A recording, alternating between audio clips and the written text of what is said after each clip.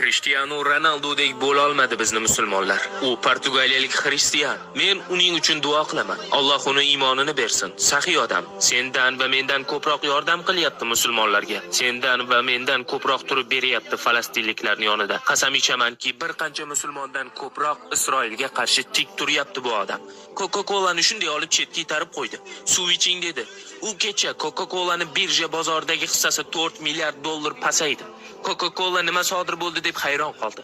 Isroilni qo'llab-quvvatlagan Coca-Cola, mazlumlarga yuborilgan raketalarga yozilgan Coca-Cola bir Cristiano Ronaldo sababli milliard dollar zarar ko'rdi. Xo'sh, keyin nima bo'ldi? Uni haydashdi. Hozir Saudiya Arabistoni ligasida o'ynayapti, ammo Allohning rejasi bor. Hozir u haqida Allohning rejasi amalga oshyapti. Alloh azza va jalla uni u yerga jo'natdi.